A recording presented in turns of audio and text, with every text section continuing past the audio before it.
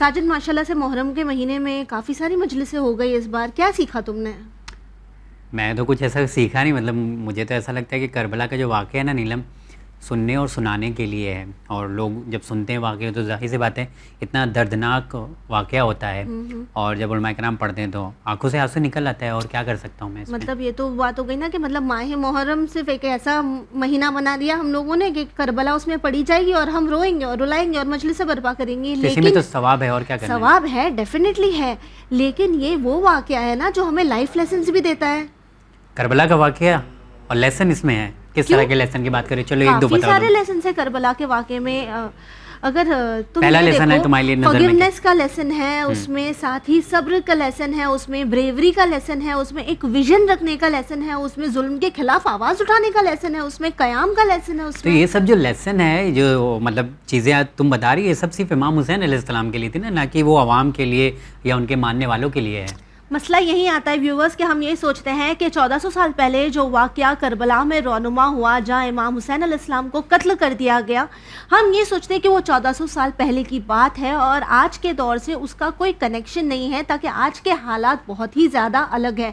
لیکن ساجد اگر ہم آج کے حالات کو بھی دیکھیں اور امام حسین علیہ السلام نے کربلا میں ہمیں جو سکھایا اسے آج سے میچ کریں نا، تو آج کی ہماری زندگی بھی بہت بہتر ہو سکتی ہے۔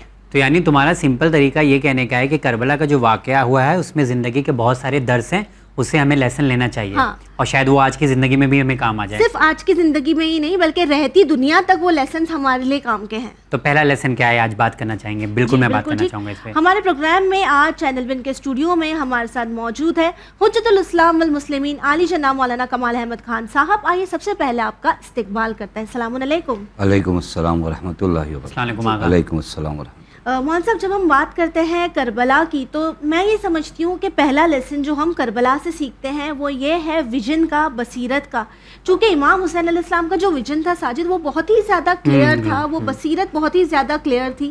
تو سب سے پہلے آگا آپ سے یہی جاننا چاہیں گے کہ بصیرت کا ہونا، ایک ویژن کا ہونا کیوں ضروری ہے؟ بسم اللہ الرحمن الرحیم وبہ نستعین وہو خیر المعین۔ دیکھیے، ہم نوجوان بچوں کے لیے شروع یہاں سے کریں، چونکہ یہ لفظ بصیرت بہت زیادہ بولا جاتا ہے، بہت زیادہ جو ہے روایات میں بھی استعمال ہوا ہے۔ دو چیزیں ہوتی ہیں، ایک ہوتا ہے کہ بصارت، ایک ہوتا ہے بصیرت۔ بصارت آپ ان آنکھوں سے جو دیکھتے ہیں وہ بصارت ہے، بصیرت جو آپ کے دل کی آنکھوں سے چیزیں دکھائی دے وہ بصیرت ہے۔ یہ آسان طریقہ، وہ الگ چیز ہے، وہ بشارت کسی خوشخبری کو دینے کو کہتے ہیں۔ بشارت، بصیرت، بصیرت، بصارت، بشارت، وہ بشارت شین سے، بصیرت صاد سے، بصارت بھی صاد سے۔ جب ہم آنکھوں سے کسی چیز کو دیکھتے تو یہ بصارت ہے، بصارت۔ جب ہم دل کی آنکھوں سے کسی چیز کو دیکھتے تو یہ بصیرت ہے۔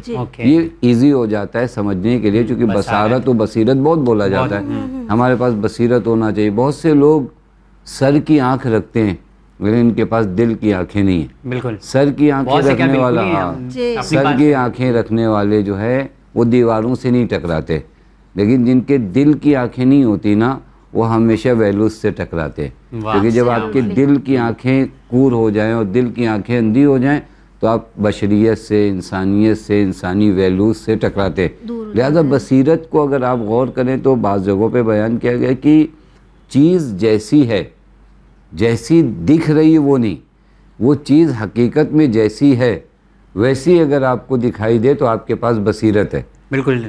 لیکن اگر اس نے اپنے آپ کو ڈیولپ کیا ہے، اپنے آپ کو سجایا ہے، اندر سے زہر ہے، مثلا فرض کریے کہ زہر کو کسی نے بہت اچھے سے پیک کر کے اور بہت اچھے سے آپ کے سامنے پیش کیا ہے، ہاں، ظاہر کی نظر آپ کی کہتی بہت خوبصورت ہے، لیکن آپ کے دل کی آنکھیں کہتی کہ آپ کے لیے بہت خطرناک ہے۔ بصیرت یعنی یہ، اور اگر اس بصیرت کو ہم سمجھ جائیں اور بصیرت کے ساتھ زندگی گزاریں، بصیرت کے ساتھ زندگی گزارنے والا 2 قدم بھی چلے گا تو اپنے ٹارگیٹ اور منزل سے قریب ہوگا۔ جی مولانا صاحب، یہ بھی کہہ سکتے ہیں نا کہ ہمارے ماں باپ جو ہمیں دکھنے میں بہت کٹھور لگتے ہیں، کبھی کبھی نہ کہتے تو، لیکن ہمارا دل جانتا ہے کہ وہ جو کہہ رہے ہیں ظاہری آنکھیں کہتی ہیں کہ ارے کتنے کنجوس ہیں، ظاہری آنکھیں کہتی ہیں کہ کتنے سخت ہیں، اتنی پابندی لگاتے ہیں، وہیں آپ کے دل کی آنکھیں اس منظر کو دیکھتی ہیں کہ باپ میری نسبت کتنی محبت کرتا ہے، وگرنہ میں رات میں 12 بجے سو کے اٹھوں یا باہر سے گھوم کے اس کو کیا فرق پڑتا ہے۔ یہ بصیرت حضرت امیر کی ایک حدیث عجیب ہے. حضرت العامل علی غیر بصیرت کالسائر علی غیر الطریق فلا تزیدہ سرعۃ السیر الا بعدا. مولا فرماتے ہیں کہ انسان جو بغیر بصیرت کے راستہ چل رہا ہو نا، وہ ایسا ہے کہ جو غلط راستے پہ چل رہا ہو. میں اگر آپ کو کہیں جانا ہو، ایک جگہ آپ کو جانا ہو، اس کے بعد آپ کو کسی نے دوسری طرف جو ہے کر دیا کہ آپ اس طرف جائیے، اب آپ جتنا تیز وہاں دوڑو گے جی آپ اپنی منزل سے دور ہو رہے، دوڑ رہے ہیں آپ. اگر گاڑی سے ہیں تو بہترین گاڑی پہ بہترین اسپیڈ میں آپ جا رہے ہیں، لیکن آپ اپنے ٹارگیٹ سے قریب نہیں ہوتے چونکہ آپ بغیر بصیرت کے دوڑ رہے ہو. لیکن اگر ایک آدمی بصیرت کے ساتھ ہے تو وہ اگر بہت چھوٹے چھوٹے قدم بھی اٹھا رہا ہے، بہت دھیرے بھی چل رہا ہے، لیکن وہ جتنا قدم چلے گا وہ اپنی منزل کے قریب ہوگا. ایک ایسا انسان ہے جس کے پاس آنکھ نہیں لیکن بصیرت ہے، وہ بھی سفر طے کر رہا ہے. سفر طے کر رہا ہے. یعنی بہت سارے لوگ آنکھ رکھتے ہوئے بھی بصیرت نہیں اصل نبی اچھی بات آپ نے یاد دلایا.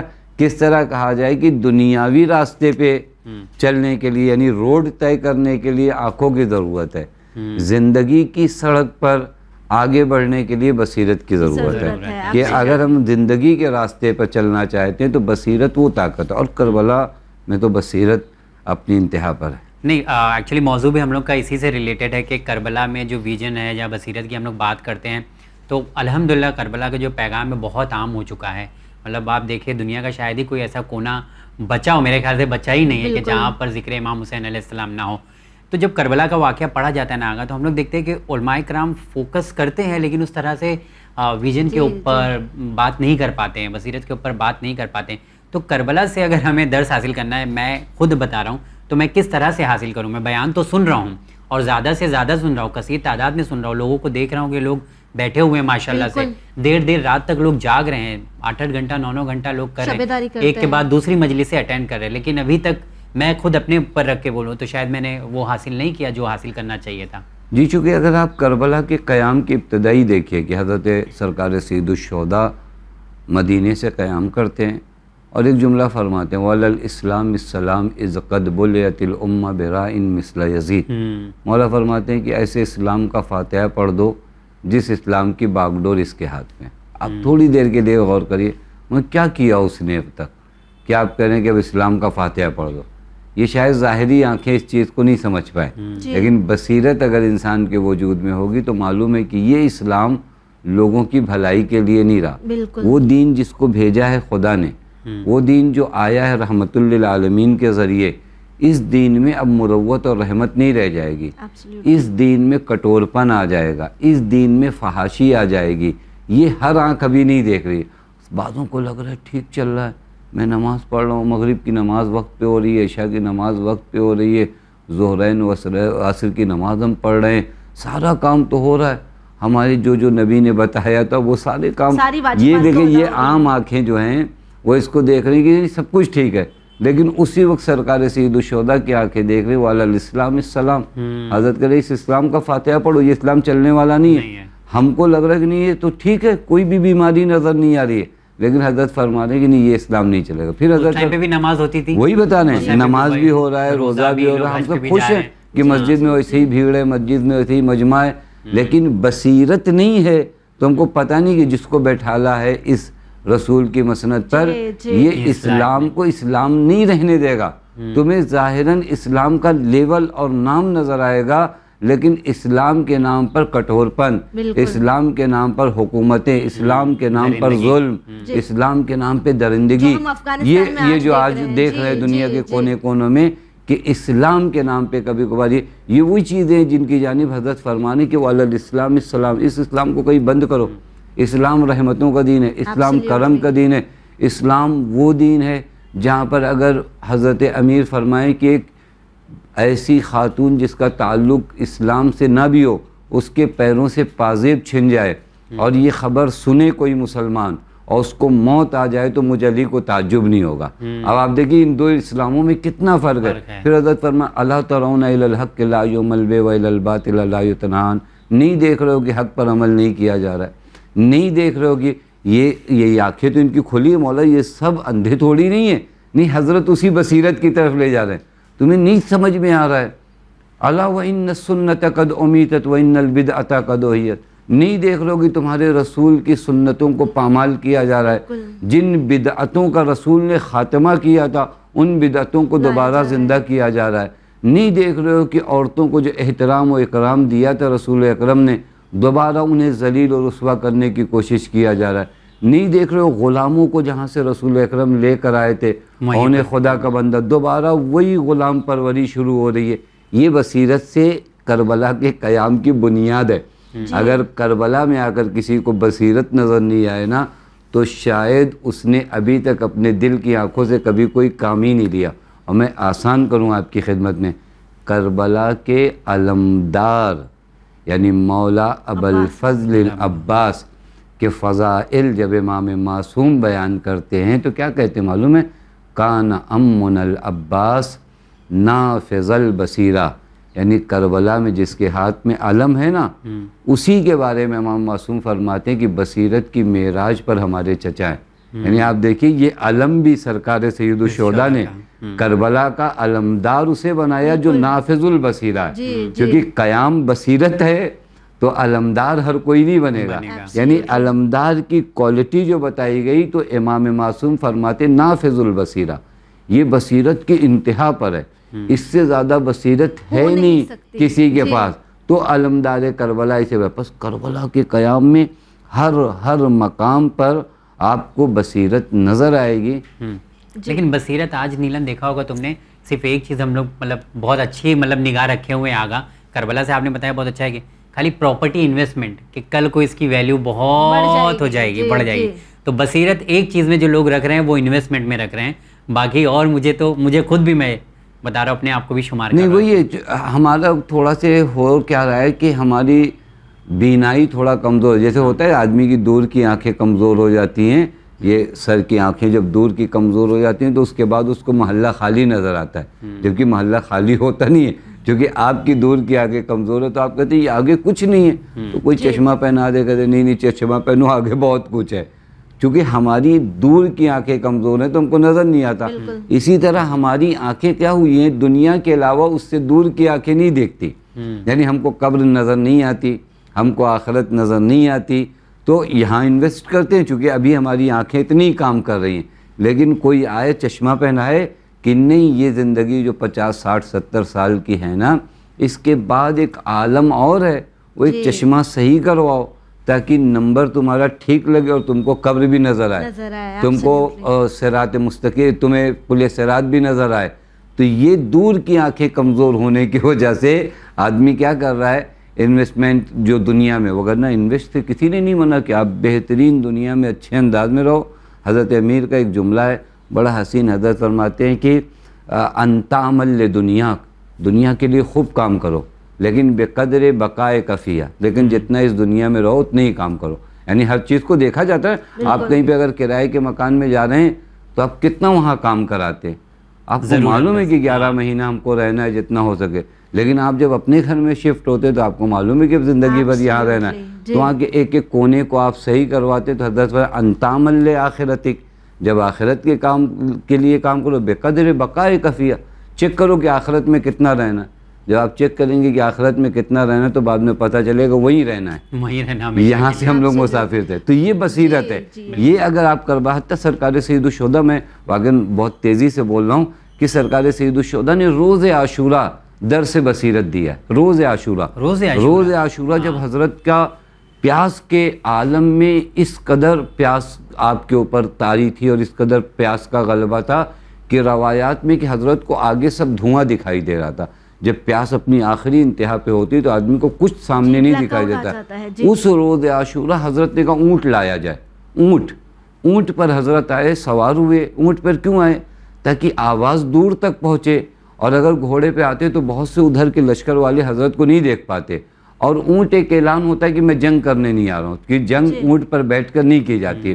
حضرت آئے اور حضرت نے وہاں خطبہ دیا، بڑا حسین خطبہ، بصیرت دیکھیے، حضرت فرمایا بسم اللہ الرحمن الرحیم الحمدللہ الذی خلق الدنیا فجعلها دار فناء وزوال متصرفۃ باہلھا حالا بعد حال۔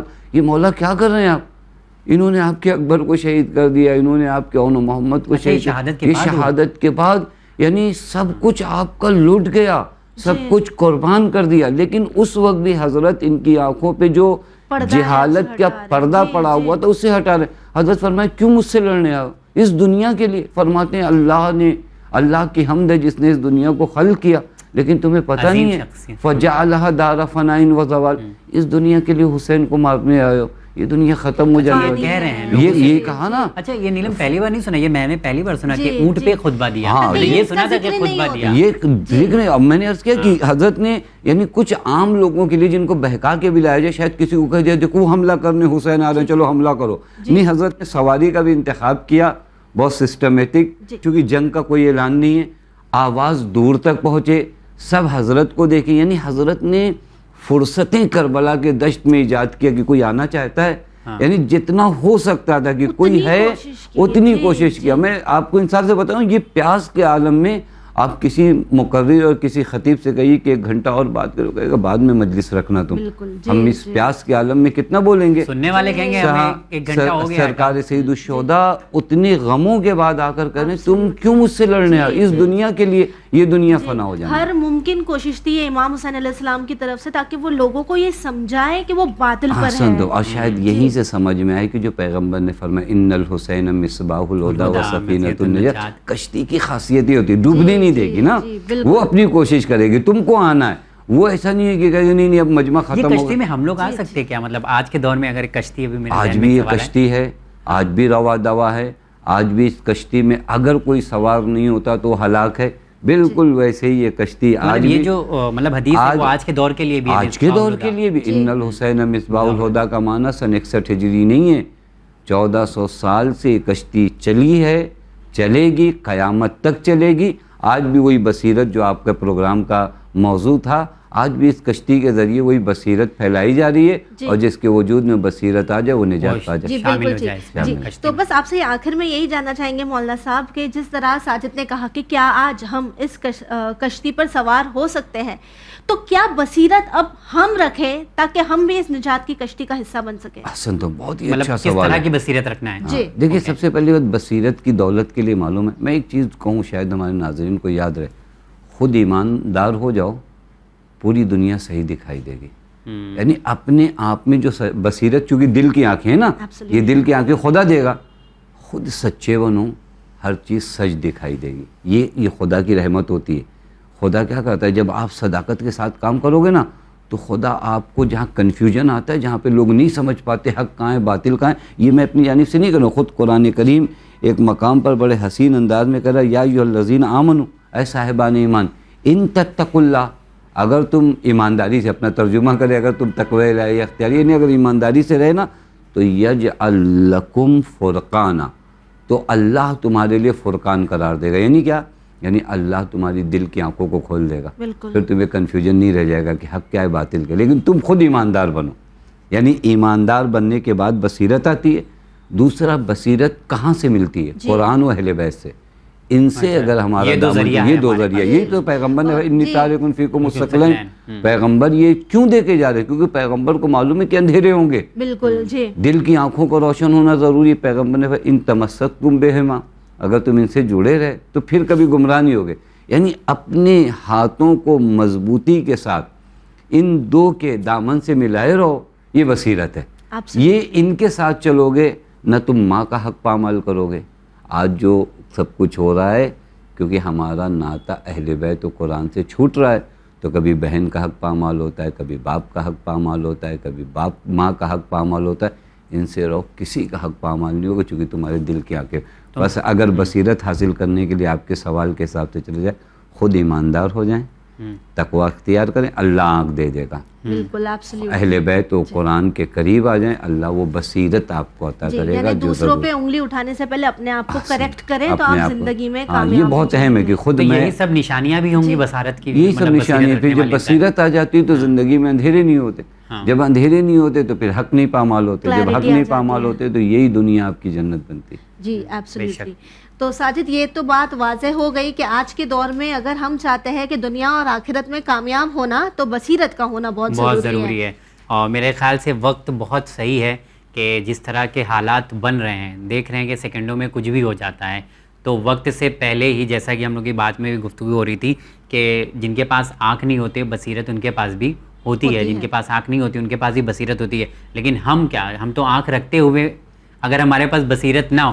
لیکن آگے ختم کرنے سے پہلے ایک چاہتا ہوں پیغام کے طور پہ, جیسا کہ آپ ہمیشہ قلب کہتے ہیں, دل کہتے ہیں, اور ابھی اس میں بھی ہم لوگ کی بات ہوئی تھی کہ جو آنکھ سے نہیں دیکھ سکتا وہ دل کے دیتے ہیں. لیکن اگر دیکھا جائے تو دل کا کام صرف دھڑکنا ہے.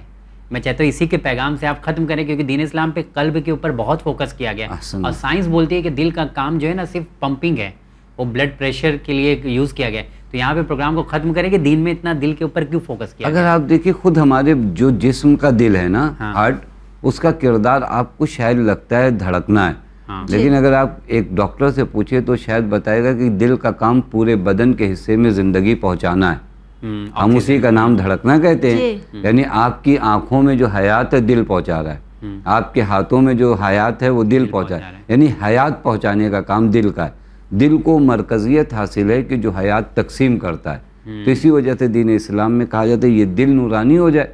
یہ جب نور میں ہوگا تو یہ پورے وجود کو نورانی کرے گا. یعنی گویا وہ روح کی زندگی جو نور ہے نا, یہ دل کے ذریعے اس نور کی زندگی کو پہنچایا جائے گا اور اس دل کو روشن کیا جائے. ویورز, آپ سے آخر میں بس یہی کہنا چاہیں گے کہ دنیا کی دوڑ میں جہاں ہماری کوشش ہوتی ہے, ہمارا ویژن یہ ہوتا ہے کہ ہم بہت آگے بڑھیں, ہمارے بچے فلاں پروفیشن میں آگے بڑھے, وہ کامیاب ہو, تو یہ بات یاد رکھے کہ دنیا تو فانی ہے.